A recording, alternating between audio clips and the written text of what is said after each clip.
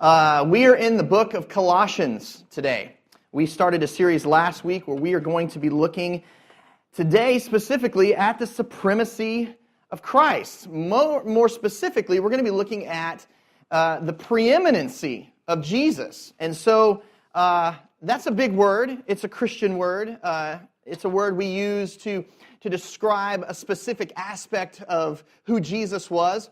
And what it means when we say somebody is preeminent, it means that they are above all things. Okay? It means that they surpass all others. They are superior, okay? Are having supremacy. And that's really what the entire book is about. And so today, he introduces this concept of Jesus being superior or being preeminent. And so, as I was thinking about this, I wanted to be able to give us a good illustration of what does it mean to be preeminent. And I can remember growing up, I was an athlete, and I played a lot of basketball. And I played a lot of basketball as a kid. And I can remember I was a little older than the guys right there around me in my block, my friends in my neighborhood. And I spent the most time out shooting, the most time dribbling, the most time playing. And there came a point where I got good. And I became preeminent in my block. I could beat everybody in my block. And then my block expanded to the bigger kids, the older kids, the kids that had been playing for years. And by the time I got into junior high, I was playing with high school kids, and I was no longer preeminent. Matter of fact, I was at the bottom of the barrel.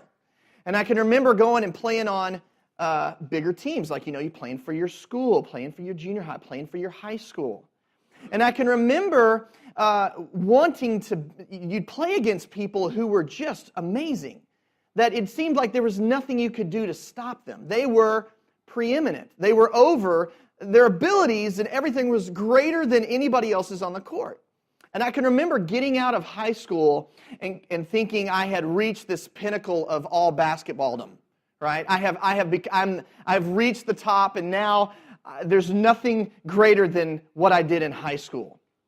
And I can remember my high school basketball coach called me one Saturday, and he introduced me to some pickup games that were happening at Northwest Bible Church in Dallas. And Northwest Bible Church is a big church off of Northwest Highway, and they have a big gym, and every Saturday they would open up the gym. And I can remember going, oh man, I'm going to go in here and dominate. I'm going to be dominating these rich Dallas, where is that? Highland Park folks. I'm going to come in here and just destroy.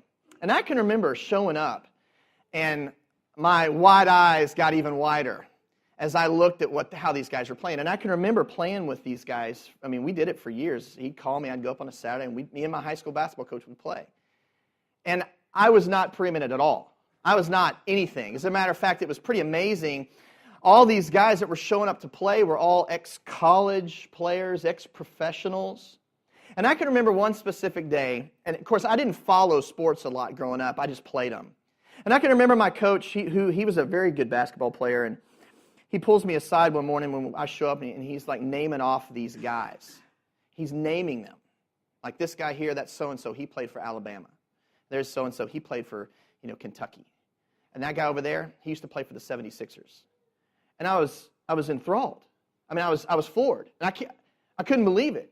And I can remember getting on the court going, all right, this little kid from Rome, Texas is going to destroy this guy. I'm going to get up there, I'm going to take the ball, I'm going to run the other way, I'm going to point at him when I'm in the air,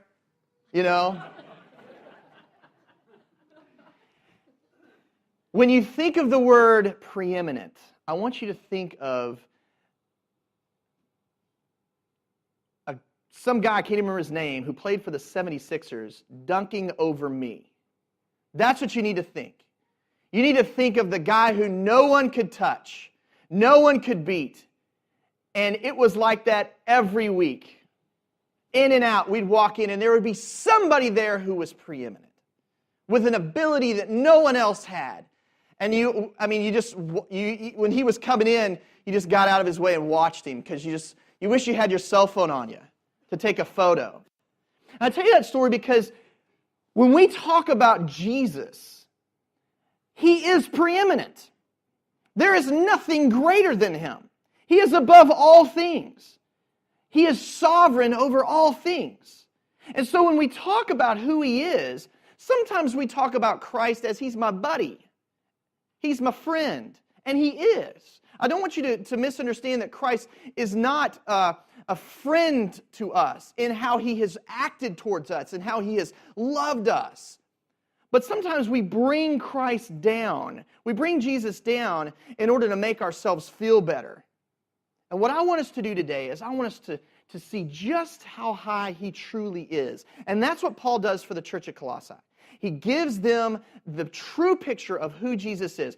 And he's going to do it, he's really going to play 3 arguments. And he's going to make about 6 points in these 3 arguments as we go through this. So what I want us to do today is I want us to answer the question, what do we mean when we say that Jesus is preeminent over all things? What do we actually mean? I want to start with a quote from David Jeremiah.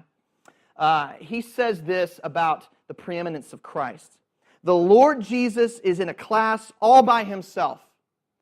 There is no competitors, no rivals. He is unique. He is the Lord of all. He is the King of kings, the Lord of lords, the image of the invisible God. He is the Alpha, the Omega, the first, the last, the preeminent one. What a great definition.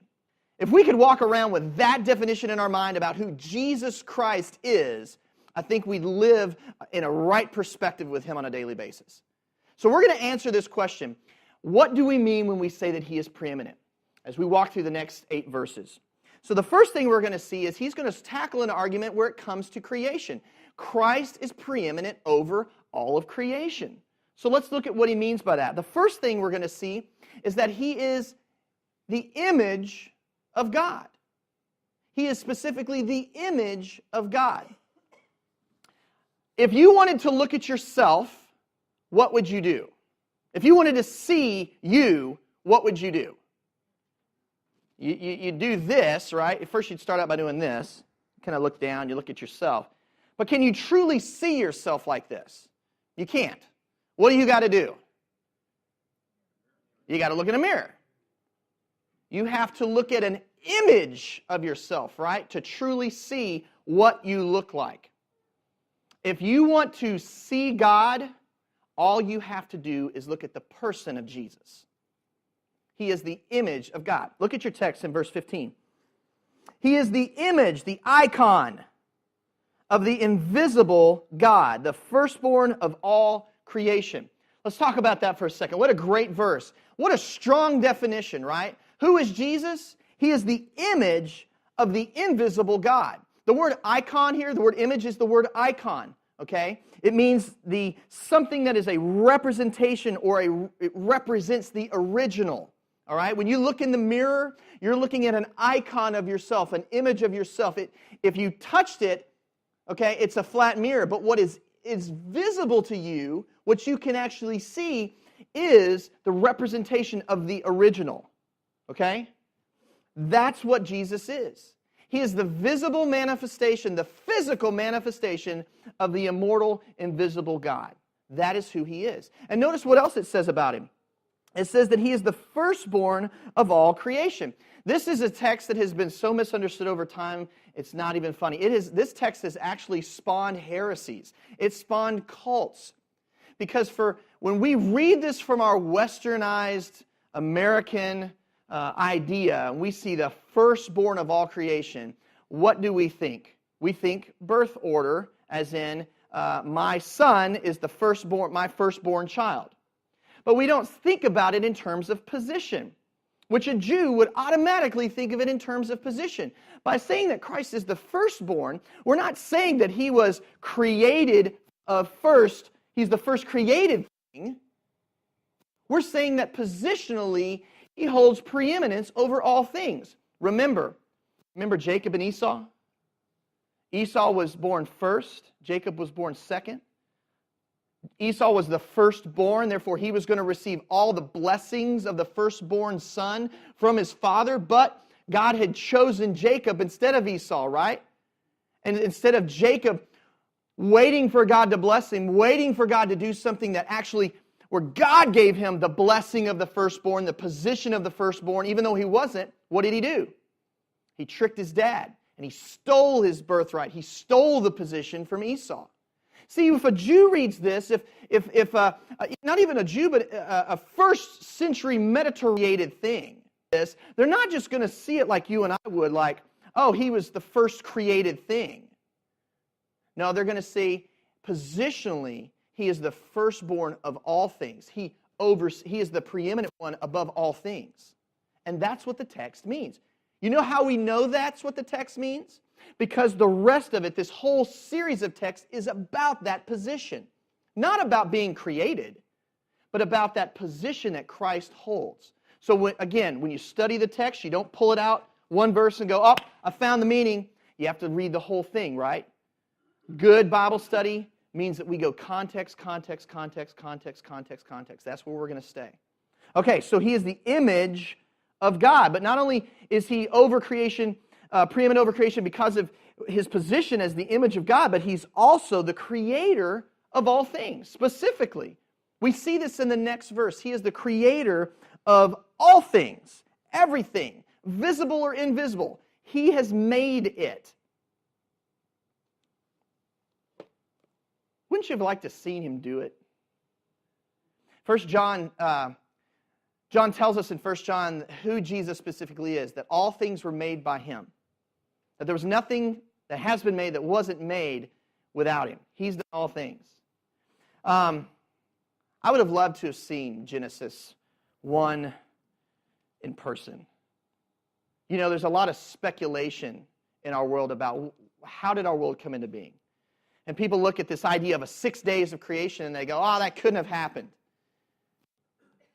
We know that science, we know through big S science, I call it big S science because we make science a god often, right? Our big S science. We know that science tells us that we all evolved, right? I would have loved to have been there. I would love to have seen exactly what God did. One of my favorite books in the Narnia series, you ever read C.S. Lewis's Narnia stuff? It's a fantastic series. Even if you're, if it doesn't matter, it's written for kids, but trust me, if you're an adult and you haven't read this, read it. It's so much fun. They're easy. You'll read them just real quick. My favorite book is this book number 2? It says book number 1, The Magician's Nephew. It's my favorite.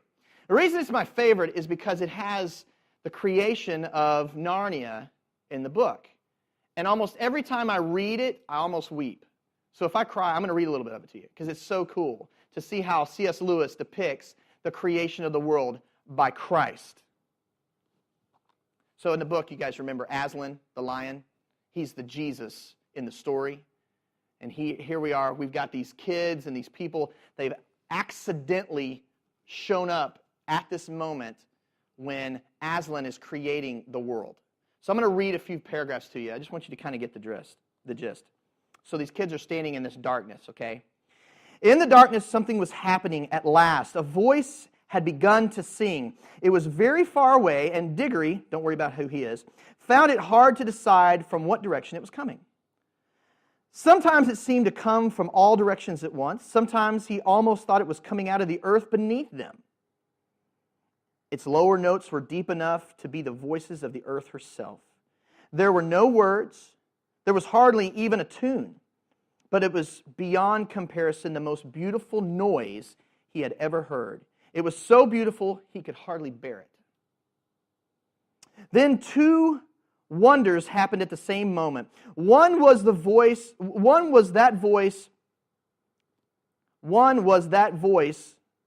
was suddenly joined. Yeah, C.S. Lewis writes so crazy. One was that voice was suddenly joined by other voices, more voices than you could possibly count. They were in harmony with one another, far higher up the scale. Cold, tinging, silvery voices. The second wonder was the blackness overhead. All at once was blazing with stars. They didn't come out gently one by one as they do on a summer evening. One moment there was nothing but darkness. The next moment, thousands of points of lights leaping out, single stars, constellations, planets, brighter and bigger than any in our world. There was no clouds. The new stars and the new voices began at the exact same time. The voices on the earth was louder now and more triumphant, But the voices in the sky, after singing loudly with it for a time, began to get fainter. And now something else was happening. Far away, down near the horizon, the sky began to turn gray. A light wind, very fresh, began to stir. The sky in that one place grew slowly and steadily paler. You could see shapes in the hills standing up dark against it. All the time the voices went on singing. And as beams shot across the land, the travelers could see for the first time what sort of place they were in. It was a valley through which a broad, swift river wound its way, following eastward toward the sun. Southward there were mountains, northward there were low hills, but it was a valley of mere earth, rock and water. There was not a tree, not a bush, not a blade of grass to be seen. The earth was of many colors. They were fresh, hot, and vivid. He goes on and he says he sees the singer. It was a lion. So the first voice he saw was a lion singing. Huge, shaggy, and bright. It stood facing the rising sun. Its mouth was wide open in song, and it was about 300 yards away from them.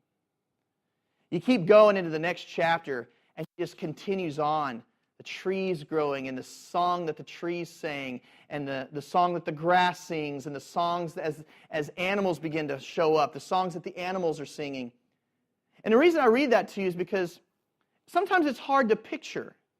How do you picture what creation looks like? How do you picture what the Creator was doing? The Bible tells us in Genesis that He was speaking, that He was saying things. Let there be light. Now, is that what He was really doing? Probably. If you and I heard it, would it be the most beautiful noise you ever heard? Probably. What a great picture. Look at your text. Look at how Paul describes Him. He says, "For by Him all things were created." In other words, by His plan and by His power, all things were created. Both in heaven and earth, visible and invisible, thrones and dominions and rulers and authorities, all things were created by Him. Now stop right there for just a second. I want you to see, there's three things that we're going to see in this. The first thing is that He is the creator of all things. He is creator. But they break it down. They show us the scope of it. Heavens and earth. So when we read that, a lot of us might think that we're only talking about the physical world, that He is not in control of the things that can't be seen, that He is just in control of the heavens and the earth. And the reason we say that Paul is leading up to this point, the reason he's giving this description is because the heresy that was developing in the church at Colossae was what we know now as the beginning stages of what ultimately became Gnosticism in the 2nd century. Its full development was seen in early parts of the 2nd century, but its beginning stages were happening here, where they were worshiping angels. They looked at the physical earth as being everything that was bad. Everything that you saw physically, it was bad. It wasn't to be cherished. It was only the spiritual things that were to be sought of highly. In other words, you could go on sinning all day long because it was just your physical body and it didn't matter. It was the spiritual things that mattered. And so they would worship angels. And so what Paul is doing is he's setting up the credibility for this person of Jesus, that He's greater than just the physical stuff for sure, because they thought that Christ, because if He was the creator, and He created the physical things, well, then He must not be worth worshiping. That was the idea. And he says He's greater than the heavens and the earth, but He's also greater than the visible and invisible things. He created the things visible, the physical world, and He created the things that are invisible, the spiritual world. Now, lest you think that this is all you can see, and this is all that there is what you can see, Paul gives us a very clear understanding that there are things that you and I cannot see. They are invisible. That should do one of two things to you. It should encourage you that there's something else out there that you can't see, and it should also scare the pants off of you, that maybe you're the target of something that you can't see. You think we walk on this earth and we're just that all we see is all there is? And Paul tells us that, wait a second, there's more to this. There's something invisible, and guess what? Jesus created that invisible thing. Whether it's for you or against you, He created it. Think about that. Angels, demons, He created it. He's the author of those. All things. Look at what else He says. He goes even deeper in that. He gives us a description of those spiritual things. Whether thrones or dominions, rulers or authorities. These are terms used specifically for the spiritual world. Rarely are they used in the Bible to describe physical kings and physical rulers. Paul uses them to describe most of the time the angelic world. He created them. He's in control of them. He is over them. And look at there's a couple more things in verse 17 I want you to think. See, He is before all things. He's before all things. I want you to think about this. When we say before that Christ is the firstborn of all creation, we're showing you that He is preeminent, okay? That He is above all things as the position of the firstborn. But when we say that He's before all things, it gives us another indication that He is before time. He's before space. If you look at when God said, when in the beginning God created the heavens and the earth, time, space, matter, forces, all came into being. All happened. And to say that Jesus is before all things is to say that He is before time, space, matter, forces came into being. And to say that He created all things is to say that He created time, space, matter, forces in the first place. So He is before this creation, and not only that, not only looking in the past, but now we're going to look in the present. And He holds all things together. He's the power that keeps all things bound together.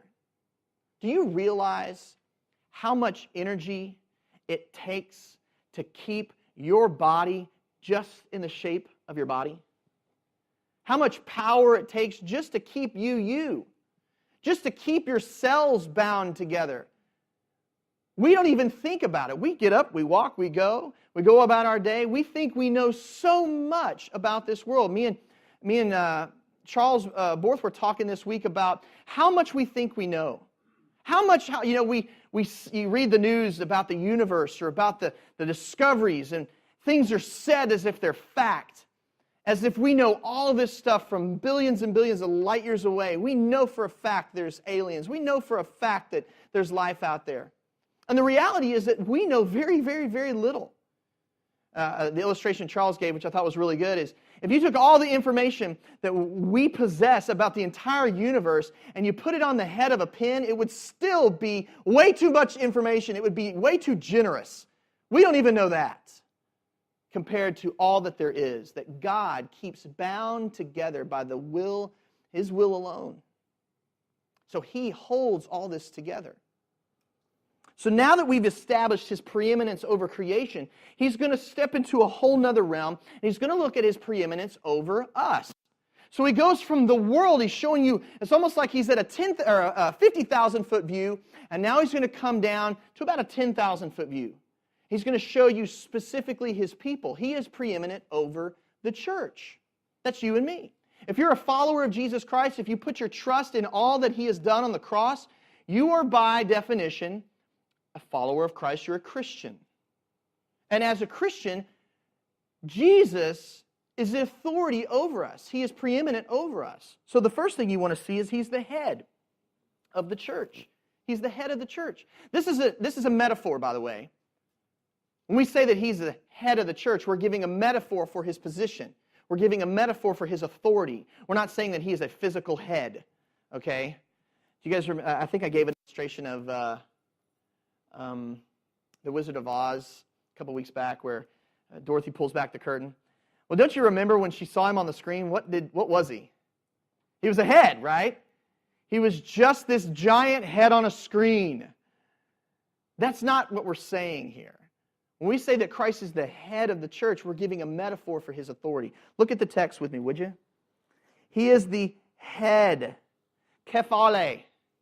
Kephale, that means the leader, the chief, one with authority. He is the head of the body, that is the church. So we're going to stop right here for just a second to understand it's not the Pope, okay? It's not the pastor. Spoiler alert. I'm not the head of this church. I'm not the leader of this church. Guess what? It's not the elders in this church. They're not in control. Who do you think is in control? Now, can we take control? Yeah, we can, right? We can strip control from the hands of Christ like that. Who's in control of our church? Christ is anything that surprises you, anything that surprises Him. This church hasn't done anything that surprises God. You're not going to do anything that's going to all of a sudden be outside of His scope or knowledge of His plan or will. He knows who you are. My point being is that He's the head of us. He oversees us. Not me, not the Pope. He's the one. All right? And beyond that, He's the firstborn from the dead. In other words, He's the first to rise from the dead, the first to resurrect. What a great thing. So, in the Old Testament, specifically the intertestamental period, so, you got Malachi, and then in the Old Testament, and you've got Matthew. There's about 400 years there. Well, in that 400-year period, you had what's known as the rise of the Pharisees. They rose up during that time. You had the rise of what's known as the Sadducees. They came up during that time. The rise of what's known as the Herodians. They were the Roman Jews who supported Herod. You had the Essenes. You had the Zealots. Okay? Specifically, the guys who were in power mostly were the Pharisees and the Sadducees. They made up what's known as the Sanhedrin, which was a Jewish council that ran the temple. Okay? High priest always came from a Sadducee side, but the Pharisees were the strict ones. Sadducees did not believe in the resurrection from the dead. The Pharisees did. And so there was always tension between them. The Pharisees believed in angels and an afterlife in the sense of a resurrection of a physical body that God was going to do something with, and the Sadducees didn't. And so I want you to see something that the Bible, as we move from the Old Testament into the New Testament, very specifically describes that you and I, who are followers of Christ, are going to raise, after we die, are going to raise to life in a physical form of this body. Now, Paul tells us this, that when you die right now, and when you are laid to rest, that your body and your spirit are going to split, okay? That's what we call death. It's a physical splitting of your spirit and your body, right? Your Bible says, and Paul says, to be absent from the body. In other words, your spirit is to be present with Christ. When your body and your spirits, when you die and they pull apart, your body's going to remain here. It's going to go in the ground. It's going to go in the fire, whatever you pick. All right? And then your spirit is going to be with Christ. And as you go through the text, when he talks about resurrection, there's some specific texts that talk about God is going to raise the dead. Now think about that for a second. The dead are going to raise to life. Means there's going to be a physical reuniting of your spirit and your body. Mashed back together. Now think about that for a second. Do you want a body that's been cremated? And it's just a bunch of ashes, poof, smashed back together. Is that what you want? Do you want a body that's been laid dead? Stiff, rotted? You think he's going to let him take your stiff, rotted corpse and go, ah! Heaven is going to be like Halloween, if that were the case, right? It's going to be a bunch of ghouls. Hey, Dad, good to see you. Ah! You know? That's not what happens. The Bible says that our bodies are what's known as glorified. We use the word glorification? That concept comes from the resurrection of the dead. The body being fixed, being made new. Recognizable because we have seen Christ raised from the dead. Go read the end of all four Gospels. Read the end of all four Gospels and you'll see where Christ was raised from the dead. And he was recognizable to his men. He held out his hands. He said, look, I still have the holes, the scars. I'm still going to have all this scar across my face here. I'm going to have all this. Mac gave me these. I'm still going to have these, Mac. Thank you. Yeah, Mac gave me this one. 10 stitches. That's Mac. I'm still going to have them. On my back, I got a scar right here.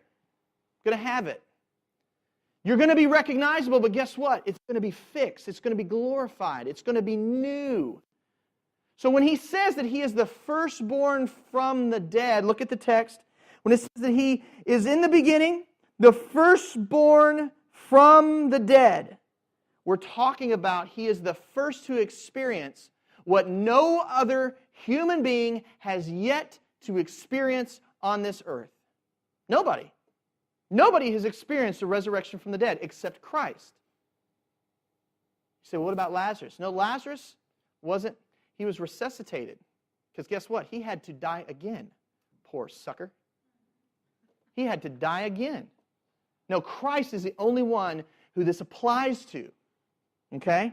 So he's preeminent over the church. Why?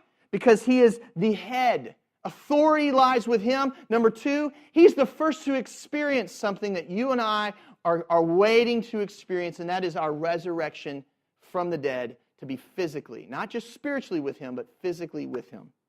Okay, so now there's a third thing that you see that he's going to describe as preeminence. Remember, started at 100,000 feet, went to 10,000 feet. Now let's look at 50 feet. Let's look at a microscopic view, an individual view of the preeminence of Christ, and that is he is preeminent over reconciliation. You know what I mean by reconciliation? Reconciliation is a word where, man, I wish we all knew it by heart. I wish we all lived it by heart. It is so hard sometimes to accomplish reconciliation in a world that is so broken like it is. But what it means is, it means when two enemies come together and become friends. Think about that. Think about that. That takes time. It takes work. It is hard to do. You know, one thing I love to see, I love to read World War II history and see, not only World War II history, but Vietnam history and just look back at the different battles and the different things. But one of the other things that I love to do is that a lot of times when you look at these websites, you'll see they'll show reconciliation stories, and they're amazing. They're amazing to see these reconciliation stories where a soldier in World War II was, he fought against the Japanese, and here he is with the Japanese soldier holding hands, kissing each other on the face, having dinner together, talking and laughing about life since then, 70 plus years since that moment. You know, if you ever read the book Unbroken, the idea of Zampese going back and just trying to, the thought of making himself go and meet that guy who was so cruel to him in that prison camp. You know, that concept of reconciliation exists for all of us. And if you get on a personal note, if you get it to its microscopic level, how is an enemy of God going to ultimately reconcile with him? Because that's what we all have been. We've all been his enemy. We've all looked at him as if he was some foreign thing that I didn't want to have anything to do with. That this can't be true. This can't be real. This Jesus thing, it's just a bunch of people getting together to give themselves a psychological crutch to hold on to. There's no real spiritual afterlife. We've all been in denial of his gift to us, right? We've been his enemies. The Bible says that while we were still his enemies, he died for us anyway. He is the reconciler of the church. That's you and me. That's the first thing he does. You're going to see now is before he gets to us, he starts with creation. Remember in Genesis chapter 3? What happened in Genesis chapter 3? Genesis chapter 3, the woman takes the fruit. Eve takes the fruit, takes a bite, hands it to her husband. He takes fruit, takes a bite. Sin enters the world. God in theophany, in personal form, goes down to meet with them, catches them in the garden, catches them in their sin. How come God didn't just wipe the slate clean? How come he just didn't go, I'm going to zap your memory. You're not even going to have any memory of this. We're going to start over. We're going to reset the game. No. Sin was a part of his plan. Just like reconciliation was a part of his plan. And so he cursed everything, right? He cursed the earth. Well, first he cursed the serpent. for what he did. Then he cursed the earth. And then he cursed the girl. And he cursed the boy, right? He gave out curse. He cursed everything. Everything that you see and feel is affected by the curse. Don't believe me? Go back and look at some pictures of yourself when you were young. You're going to be like, man, I've been cursed. Go back and look pictures of, here's a great one. Go look at my truck. It's 29 years old. It doesn't look like a new vehicle. Paint's falling off, right? It's an old truck. It's part of the curse. It's falling apart. Look at our world. Are things getting better? Are we getting, is hurricanes getting weaker and weaker over time? They're not.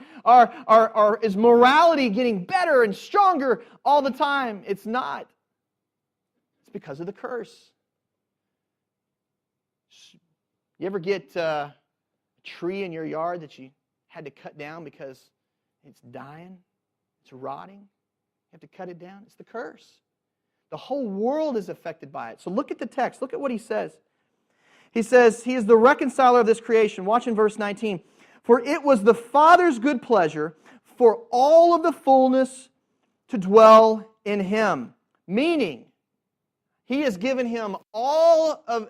Christ is completely God. He has complete God power. We know that Christ sets aside His power to become human as well and be fully human. You see this in Philippians chapter 2, that He lays aside some of what He is due in order to become human. But it does not take away His nature. He is God. So all the fullness dwells in Him, and through Him to reconcile all things to Himself, having made peace through the blood of the cross. Through Him, I say, whether things on earth or things in heaven. This is what He's done. He has completely done the job in order to bring everything ultimately back into reconciliation with Himself. The greatest thing you could ever say about yourself, the greatest thing you could ever say standing with another human or whether standing before God, is that Christ has reconciled you to Him. That's the greatest thing you could ever say. He's reconciled you. In other words, you and Him are now friends. You're no longer enemies. That's the best thing you could say. So not only does He reconcile all of creation, but He also reconciles all of humanity. And that's the greatest thing. Not only does He fix the heaven and the earth, ultimately, someday you're going to see a new heaven and a new earth, but He also fixes us. This is the 50-foot view. Verse 21. And although you were formerly alienated and hostile in mind, engaged in evil deeds. This is the old nature.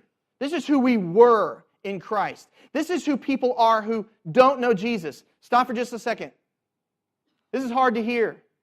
All right? This is hard to hear. If you're a person and you're here and you're like, man, I don't know that I buy into all this stuff you're saying. I want you to realize that this is who we all have been. And this is who you are.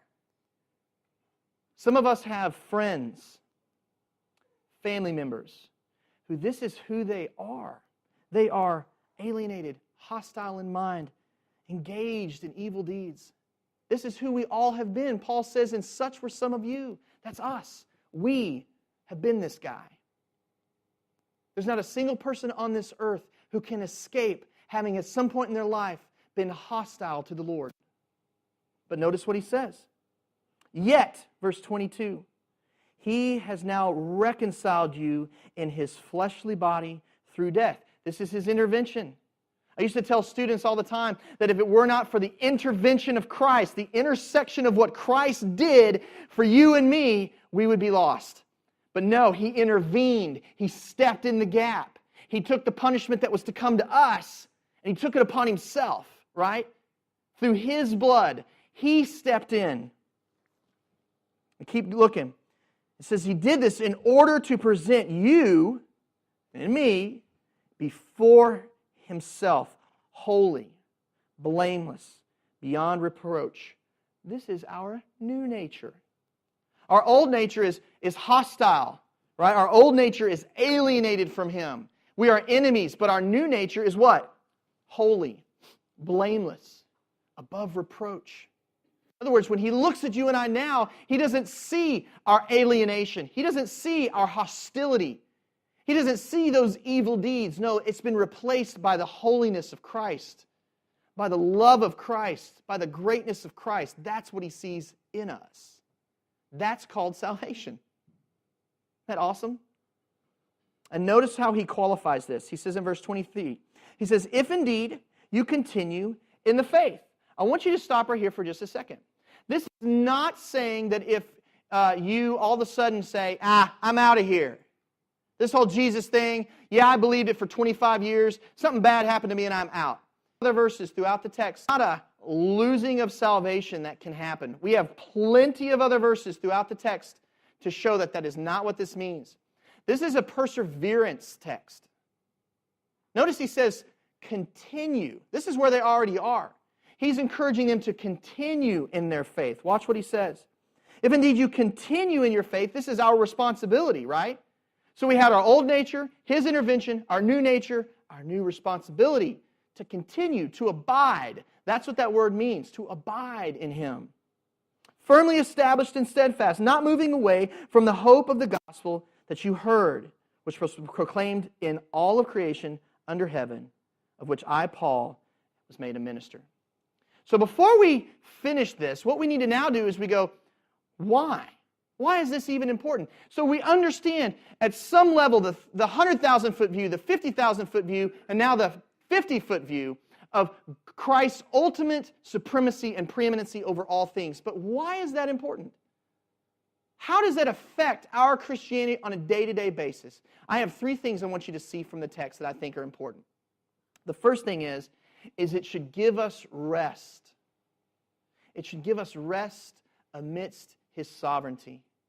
If you look in the first set of verses, He was preeminent over all creation, showing His sovereignty. That sovereignty should give you and I rest in the midst of a world that is crazy and chaotic. We don't get fanatical. We don't get scared at the world we see around us. We don't see the calamities that befall the earth naturally, or things that are happening across the sea, the threats that are being made, the jingling or rattling of the sabers between our country and other countries, the fear of war. We don't let that chaos scare us. Why? Because our God is sovereign over all creation. So you and I can rest. We can have peace. We can have rest in the midst of His sovereignty. The second aspect that we see is that He is over the church. He has authority. And so therefore you and I physically now have direction in the midst of His authority. This authority allows you and I to be given, have a movement, a mission, a purpose on this earth. Have you ever been in charge of something and had to bear the weight of that leadership? You and I can give that to Christ. He gives us purpose. He gives us direction. And then lastly, I think, as He is the reconciler over all of humanity, He steps into the world, His preeminence over our hearts, our lives, gives us friendship with Him in the midst of His love. Man, I don't know about you, but there have been a few people in my life that being their friend was a very good thing. I had a buddy who was a police officer once, and he stopped me. And being his friend was a good thing. You know why? Because he didn't give me a ticket. It was great. It's a perk, right? This is a perk, being a friend, right? There are moments in life when being a friend is important. Being a friend is good. I had a friend who was in the military.